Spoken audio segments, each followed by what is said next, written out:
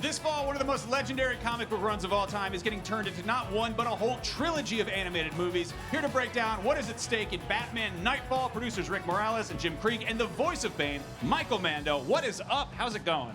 Wonderful. Really happy to be here. Yeah. Well, how amazing is this? This is astonishing. There are actually people here and everything.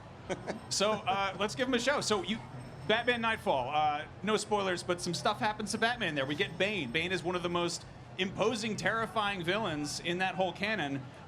Can you tell us a little bit about how this version of Bane, I guess, differs from the ones people might know from the Nolan movies, and maybe how you kind of brought him to life from what's in the comics? Well, shout out to Nolan, and obviously Tom Hardy's a wonderful actor and did a wonderful job with Bane. Rick and I really wanted to pretend that this was a one-off and that this was like a movie that no one's ever seen before, and approach it the way we would if it was just ours. And what we did is we really focused on the backstory of Bane. You know, he had a really tough childhood. He grew up in prison. His mother was very abusive, lost his parents. And basically, he was a child that was in misery, prison to walls around him. And Bruce Wayne was a child that was a prisoner to privilege and status, and basically try to draw the parallels between the two in the intelligence as well as the vulnerabilities. Yeah, and I think this is probably, you know, I was striving to make this the most comic accurate Bane that you've seen on film. Now, breaking it up into a trilogy. That's the way to answer. See, Yeah. Nice and quick and short. I should have kept mine much shorter. No, yours was I better. regret it. I regret it. Yours was better. No, but That's right to the point. We're No, getting that's we're getting content. plenty of time for extra, story and plot. You got 3 movies to play around in. Like, when did that decision get made, and was it a fight, or was this like, no, we got to do this right, we got to have room to play?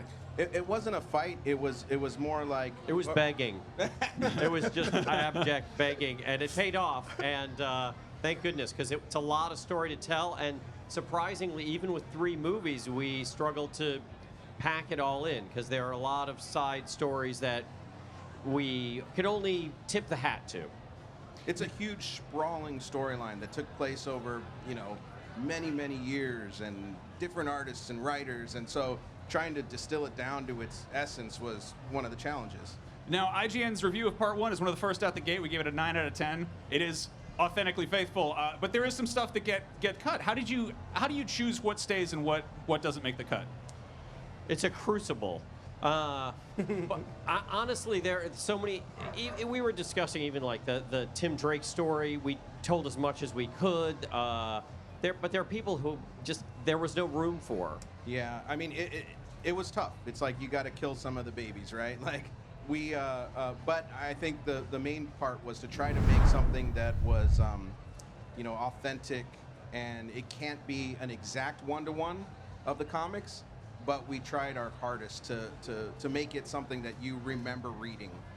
Yeah, we always like to say that we can't do every single thing that happens in the comics, but we try to give you a DTV that makes you feel the way you felt when you read the comics. So when you get to the end of the movie, you go, oh yeah, that is Nightfall. And I think all the major events, all the major through lines, all that stuff is there. It's going to be accurate. All the splash pages. Now, Michael, how did you find Bane's voice? Because you've played some awesome villains. Like, you played one of my personal favorites, Vas Montenegro, in Far Cry 3. Thank you. You've played Matt Gargan in Spider-Man. You're playing him again finally. Yeah, you were Nacho in Better Call Saul, and now you're Bane, who again is like there's some big shoes to fill. How do you I guess find this character when there's already established one out there? Well, the expression, this guy has a lot in his basement. So Rick and I talked about that, and the idea was, his voice comes from that pain deep down. And, just not to be too literal, but we decided, what if we drop the voice from wherever that pain came? And then the other thing was, we realized that he accomplishes the impossible with his willpower, and he has this ability to shape reality as he wishes. So we started molding the words and the cadence of it, almost like someone that was imposing his will and manipulating the people around him. And then we were also really interested in the intelligence, the tone of the intelligence. He had to compete with the greatest detective of all time, next to Sherlock Holmes, Batman, and outsmart him.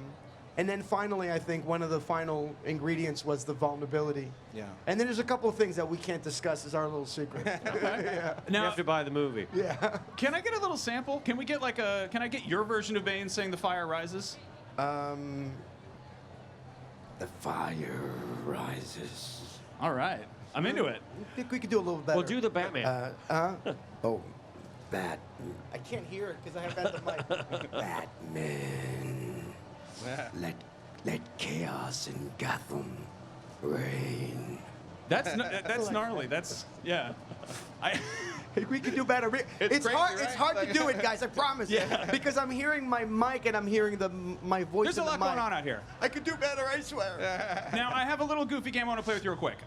You've played some iconic villains, like I said. You played Voss in Far Cry. You played the Scorpion in Spider-Man. You played Nacho in Better. Not just not a villain. For the sake of this game. For it the is. sake of the game, Yeah. You know, and Better Call Saul. And now you're playing Bane. Yeah. People commit little acts of villainy every day. There's all kinds of things people do that they know they shouldn't do, and they're out there doing them. And I'm going to read you some everyday, ordinary crimes. And I want to hear which of your characters, which of your villains you think would be most guilty of this. Okay. All right? Yeah. Going to the store, driving your stuff to your car, and then not putting the shopping cart back in the little corral. Bane. That's a Bane move? Yes.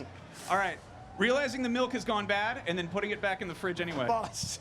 That's a boss. Okay. Going to a big party and then double dipping. Scorpion. That's Oh, he's not With the that tail. bad. With the tail. Evil. Yeah. all right. Sitting down in the big new movie and then pulling your phone out in the middle of it. Nacho. He's got business to do. He's not present. Okay. All right. Yeah. Scalping Pokemon cards. Nacho. Yeah. That one's easy. Leaving an important text on red. Oh, wow. Probably Nacho, but not on purpose. Okay. I could Yeah. see Bane also doing that. Like that's some psychological Bane's warfare. on his thing, though. Bane's on his thing. I think Bane is like, everything's methodical. He wouldn't do anything unless it's deliberate. Yeah. Littering. Voss. Okay. All right. Gives no fucks. Can I say that or no? Yeah, man. Yeah. Not picking up his dog's poop. Voss. Voss. Voss, yeah. That is the definition That is of definition of, yeah, of poop. inconsiderateness. Yeah. Cutting in line for a Hall H panel here at Comic-Con. Scorpion. Scorpion. Yeah. All right. He's in cosplay. He's like, fuck it. I ain't waiting in line. Playing music on the phone in public, no headphones, just letting it play. Scorpion. Okay. Scorpion, All right. definitely, yeah.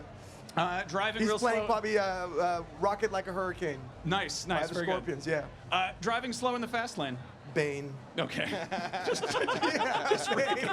He's driving real Just going like slow. 27 miles an hour. What is Let this guy chaos doing? in Gotham reign. All right. Not saying thank you when someone holds the door open. Bane. Okay. And then not using a blinker. Once again, out in the street.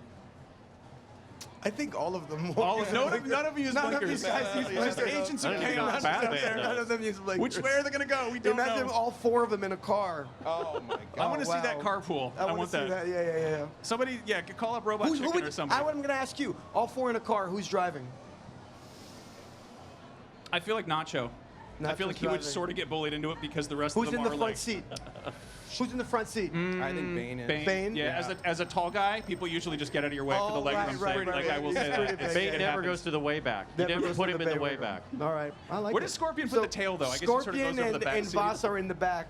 Do they get along? Who gets along the best between all four? Who's like tough. who like just kicks it off and are like matching tattoos? I don't think Bane's getting along with anyone. You don't really. think? No, I don't think I so. think Scorpion and Voss I probably can see have that matching too. tattoos. Yeah. I can see makes that. sense Yeah. to me. I could, I love it. Anyway, I'm very excited to hear your spin on Bane, and also Scorpion, and I'll always replay Far Cry. Batman Nightfall Part 1 drops on digital August 25th with physical versions coming September 8th. But right now, there's more Comic-Con right here on IGN.